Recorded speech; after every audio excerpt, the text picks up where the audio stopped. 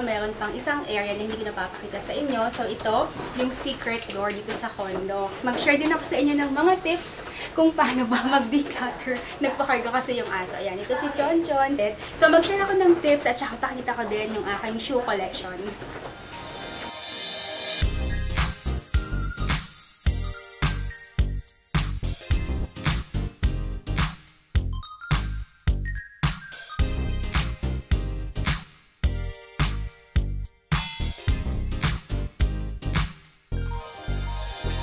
Kapag binuksan, shoe cabinet or shoe storage sana. Pero dahil makalat, so sayang yung space. Puno ng mga kung ano-ano, may mga shoe box, mga tinabing plastic, mga paper bag na pinamili. Sa likod, yung mga sapatos, may mga kung ano-ano, container, mga boxes na hindi naman na ginagamit, mga decoration pang Christmas.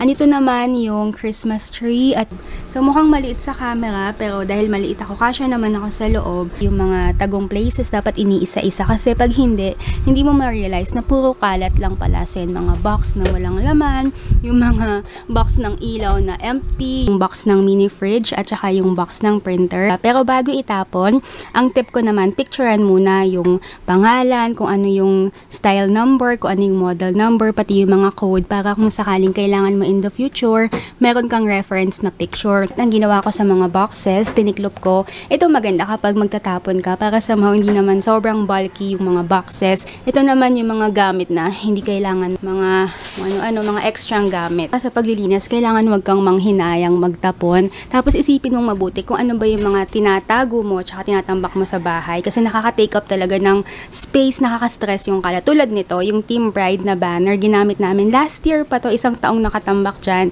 Pero kung bilhin mo to sa Divisoria, halos 20 pesos lang, 'di ba? Naayos ko na yung mga Christmas decor dito sa ilalim, sama-sama lahat yan. Ito naman, grabe, aayusin mo lang pala para lumuwag kasi lahat ng mga nakatambak dito, nilagay ko lang sa isang shoebox. So, lahat ng mga pink na to, mga sapatos, dito pa sa ilalim. So, habang naglilinis ako, meron pa akong nakitang mga wala sa box. Yan, mga rubber shoes, mga sandals. So, yung pink na ginagamit kong box, nabili ko lang sa Divisoria to, sa 168 Mall, kaya lang hindi pwedeng mag-Divisoria ngayon. 50 pesos kada isa. Meron ganito sa Daiso, pero mahal, 88 pesos. Sa online, meron din.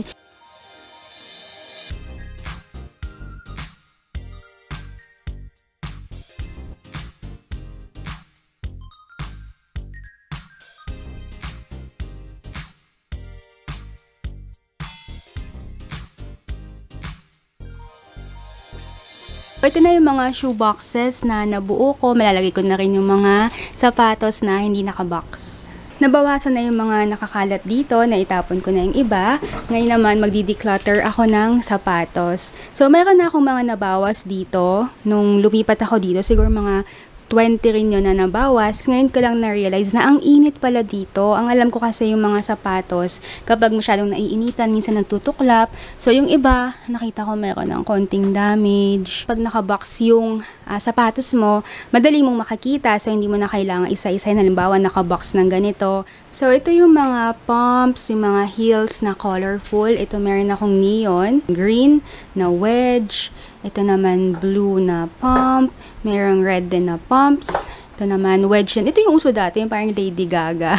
Tapos, meron akong pink na bang heels. So, meron akong brush. Ito dapat yung brush mo, yung hindi mo siya nagamit sa mga pang-shine or yung sa mga kiwi para hindi mag-stain. So, iba brush lang. Tuyo lang yung brush. Tapos, para naman sa mga leather or synthetic leather, merong mga leather cleaner na nabibili, pero ang meron lang ako wipe out. Nasubukan ko naman siya. Okay naman siya. Basta kailangan lang, hindi sa fabric. Linisin lang yung part ng leather or leatherette.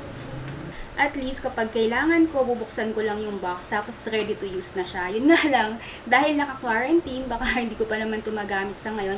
Ito naman, yung mga nude na heels. So, meron ako, ito yung uso dati, yung parang glass heels. Yung nude na version, pero ito, minimal strap lang. Ito medyo masakit sa paa. Meron ako nitong glittery na pump sa mga events. Cork na heels ang tawag dito. Nude din. Ang most worn na nude na sapatos ko kasi kahit saan pwede. Tapos, hindi masyadong mataas yung heels. So, kahit ipanglakad mo, pwedeng dress, pwedeng skirt, kahit naka-jeans ka, bagay pa din siya. So, kung napansin mo, wala wala akong mga mamahaling brand ng sapatos, pero kapag kaya mo namang dalhin, ayan, okay naman siya. Actually, kung titingnan ng mga sapatos, medyo nakakakaba na. Kasi yung iba, medyo matagal na. So, parang may nababakbak na. Alam mo yung tipong pag ginamit mo sa mall, yung bigla na siyang mababakbak, tapos kailangan mong bumili ng bagong sapatos. Ang pinaka nagagamit ko talaga, yung basic din yung style. Yung medyo bata-bata kasi ako, mahilig ako doon sa mga OOTD na blog post. So, check out mo yung website ko, www.realasianbeauty.com. Andun yung mga lumang OOTD posts ko, gamit yung mga sapatos na masyadong trendy. Pero na-realize ko ngayon na mas okay pala mag-invest sa mga basic pieces na kahit na after mga ilang taon magagamit mo pa din, tapos na kahit na anong damit, bagay siya. So, ito yung tie-up siya na heels. Basic lang siya. Tapos, medyo comfortable. Parehas niya. Pero ito kasi, yung material niya, yung parang suede. Ito naman, leatherette. Pero mas mataas nga lang siya. Medyo masakit sa paa. Ang flats na medyo luma na. Ito yung dating nauso na gladiator sandals na sabi nila kapag daw maliit ka, hindi daw bagay sa'yo kasi mas magmumukha kang maliit. Pero, okay naman. Pinilit ko pa din Kitty na sapatos na bihira ko lang nasuot kasi mabigat siya. Sa Divisoria ko lang nabili to, parang 200 pesos, pero hindi ko naman nasuot. Nasa tingin mo hindi mo makagagamit agad, tanggalin mo sa bagkakas-strap. Kasi kung mapansin mo, meron kang mga sapatos, mga sandals na hindi mo naman nagamit ng madalas, pero pagkita mo, wala, tuklap na siya sa may strap. So, kailangan hindi siya nakakabit kasi minsan kapag nainitan, nakastore lang sa cabinet, ayun, nadadamage. Kapag may gagawin ka, gawin mo na ng maayos, itodo mo na. So, kapag mag-aayos ka, i-organize mo na ng mabuti. Kung mapansin mo, lahat ng mga sapatos na nailagay ko nasa box, lahat nasa kanan yung heels. Kapag binuksan mo, ayan, uniform yung itsura. Yung nasa kaliwa, nasa likod, tapos yung nasa kanan, nasa harap. Para kahit na naka-store na ganyan, parang department store yung itsura. Lahat ng mini booties or ankle booties yung tawag. Parang napadami pala yung kulay itim ko. Meron siyang side detail na buckle and pearl. Ito naman yung sobrang basic lang na itim, tapos meron lang siyang zipper. Mas mababa din yung takong. So, suede material, yun nga lang, medyo mataas yung takong, medyo masakit sa paa. Ito naman, hindi siya suede material. So, fabric, tapos garterized. So, susuot mo lang sa paa mo. Suede material na may zipper lang. Wedge naman yung heel niya. Ganun din, meron siyang zipper, pero yung heel naman niya, merong pag-glitter effect. Usong-uso sa mga vlogger to, yung mga OOTD, na nakalimutan ko yung tawag, pero yan yung usong style dati. Hindi ko pa siya tinatapon kasi okay pa naman, matibay naman. Yun nga lang, medyo out of style na. Mga rubber shoes, mga sneakers. So, meron ako nung Vans na black. Ito naman Nike or Nike na black din. Meron ako nung Converse na Hello Kitty.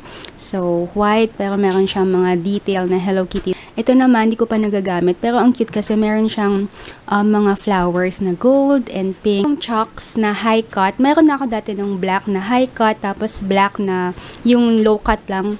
Pero naninilaw kasi to, so dapat kapag lalaban mo yung chucks, hindi ka gagamit ng sabon, mga detergent. Dapat toothpaste lang. Ito nga kahit toothpaste to, naninilaw pa din. Yung Adidas na, ano bang tawag dito? Stan Smith ba yung tawag dito na white? Yun nga lang, medyo naninilaw din siya pag nilalaban yung fabric.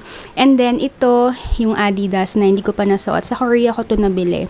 So, yan yung itsura. So, ito lahat ng mga branded na rubber shoes and sneakers. Military boots at winter boots. So, unahin ko dito. Ito yung high cut na parang pang CAT. Ito ginagamit ko, halimbawa, magta-travel sa malamig. Akala ko kasi mag-snow sa Korea nung pumunta ako. So, bumili ako ng medyo makapal, pero hindi nag-snow. And then, ito ginamit ko sa Hong Kong. Akala ko kasi super lamig sa Hong Kong, pero bearable naman pala. So, meron pa akong pa-fur. Nabili ko lang to sa online. Nakalimutan ko kung magkano. Pero ito talaga yung pang winter, nude and military yung print. So, yan lahat ng mga boots and winter boots. Hindi kasya dito sa shoebox kapag nilagay. Ang ginagawa ko, nilalagay ko na lang sa plastic. So, ito nabili ko lang dati sa Divisoria ng 35 pesos ang 10 pieces sa 698 Mall sa may Santa Elena Street ba yun. So, nilalagay ko lahat. Kasyang-kasya naman. So, ang maganda dito, una, clear yung plastic. So, hindi mo na kailangang magbungkal ng mga box. So, kita mo agad yung hinahanap mo. Pangalawa, naka-sealed to. So, safe sa mga alikabok, sa insekto, kahit na medyo matagal naka-store sa cabinet. Knee-high na boot, so iba-ibang material. Ito flat na suede. Ito naman, ano siya, stiletto heel. Tapos, knee-high din siya na suede material. Flat, and then, suede material din siya. Sorry, hindi masyadong makita, no? Ito naman ay pointed, tapos, meron lang siyang heels. Meron din siyang takong, tapos ito leather material. Pero hindi ko siya nagamit, sayang. Ayan, nagbakbak lang. Dahil fabric naman yung material, so kasyang-kasya sa plastic box. So, pino-fold ko lang. Naglalagay ako ng mga gel, yung silica gel sa gitna, bago ko isarado. Pumps at sandals pa. So, meron akong nude hot pink. Maganda rin sana to. Tapos, sexy yung itsura. Kaya lang sobrang taas. Ang sakit niyang ilakad. Kailangan may dalang extra. And then, ito naman, white lang na crisscross yung strap. Ito naman, lahat ng mga luma at walang brand na mga sneakers. Sobrang luma. Tapos, ito, hindi ko alam kung red o pink. Michael Kors na sandals galing sa Cass Novelties. Meron kaming haul din, tsaka giveaway. So, abangan nyo yan. So, flat lang to. Meron siyang konting heel, manipis lang. Tapos, ang cute kasi yung detail niya. Lock. Ito yung mga sapatos na i-let go ko na. Itong knee-high boots na leather na meron ng konting tuklap. So, dahil quarantine ngayon, hindi ko sure kung saan pwedeng i-donate or ipamigay. Tatapon ko na lang. Pero, para kung sakaling may makapulot na gusto pang gamitin. Kasi pwede pa namang magamit tong mga to. Nilagay ko sa mga sealed na plastic para hindi madumihan tsaka hindi mabasa. Kapag lumalabas tayo ng bahay, kadalasan mga tsinelas or itong mga flats yung sinusuot. So, mas maganda na nakakita mo pa din pero naka-organize. So, dito ko nilagay sa container na pahaba. So, nakatayo yan, naka-organize pa din. Tapos, bago ko itabi, nagsispray ako ng disinfectant. Ito yung ilalim kasi yung tinatapak talaga sa kalsada. So, ito, nasprayan ko na yan isa-isa, napatuyo ko na din yung mga ilalim. Lamesa kasi to, so kailangan i-disinfect. Ito naman ang tip ko sa'yo para sa affordable na disinfectant. Ang ginagamit ko yung bleach, i-dilute lang sa water. So, meron akong spray bottle, pinaghalo ko lang 1 part na bleach, tapos 9 part na tubig. So, dito ko lang pinatong sa lamesa para makita kasi sa video. Pero, sa totoong buhay, mas okay talagang mag-declutter at mag-organize ng sapatos sa lapag. Maluwag na, pwedeng-pwede nang buksan ng pinto. Ang sarap sa feeling na kapag bukas mo ng pinto, walang tatapon na mga gamit sa'yo. So, na-organize ko na yung mga sapatos. Dito sa taas, lahat ng mga rubber shoes. Dito naman sa pangalawa, lahat ng mga madalas kong ginagamit. So, yung mga black, mga nude na sandals, sapatos. Dito naman yung mas medyo dressy, yung mga colorful, yung mga boots. Dito sa ilalim naman, kulang pa kasi sa mga pink na box. Kulang pa ako ng 9 pieces, pero hindi pa kasi makadivisorya ngayon. So, inayos ko din muna. Dito naman, merong aso, si Fluffy. Andito na ako sa loob ng walk-in shoe cabinet. Sabi ko, kasya talaga ako dito. So, sa pinakailalim, andito lahat ng mga Christmas decoration, yung mga ilaw, yung mga Christmas balls. Madami pa yan dyan sa likod. Tapos nasa pinakailalim, yung mga bihira mo lang gamitin na gamit, magandang ilagay sa pinakailalim, pinakatago para hindi naman naka-expose masyado. So, meron din akong yung mga carpet, yung mga rug, nilagay ko sa isang bag. Tapos dito, ito yung lalagyan ng mayonnaise. So, naisip ko kasi patayo siya pero manipis, so mas tipid ng space. Nilagay ko dito yung mga cartolina, yung mga papel. Yung malaking Christmas tree, pinauwi ko muna sa kabila kasi mas malaki yung space doon. So, andito yung mga tsinelas, yung mga flats, may konting mga shoe boxes pa. Tapos ito naman yung mga gamit ng aso, tsaka konting mga decoration. So, ito na ang itsura ng secret door / walk-in shoe cabinet dito sa condo. So, ang sarap ng feeling na kapag nakasarang ganyan, bubuksan mo, wala nang tatapon na gamit. Tapos, pwede pa akong pumasok. So, mas makakapili na ako ng mga sapatos na kailangan ko. So, pwede kong buksan. Ayan. So, ang sarap sa feeling na kahit nasa bahay ka lang, feeling mo, nasa mall ka pa din kasi organized talaga, tsaka malinis yung gamit. So, dito naman, mga rubber shoes, mga boots, at syempre si Fluffy. Fluffy, lika na. Come out na, dali. Mainit dyan. Come. Let's go. Come. Go out ka na.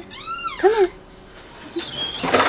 So, ito ang secret door dito sa condo, aka walk-in shoe cabinet. Sana na-enjoy mo tong cleaning vlog. Kung first time mo lang ako napanood, subscribe to my channel, Real Asian Beauty. Follow me on Instagram and Facebook. Search mo lang at Real Asian Beauty. So, I hope you guys enjoyed watching. Stay safe and see you next time. Bye!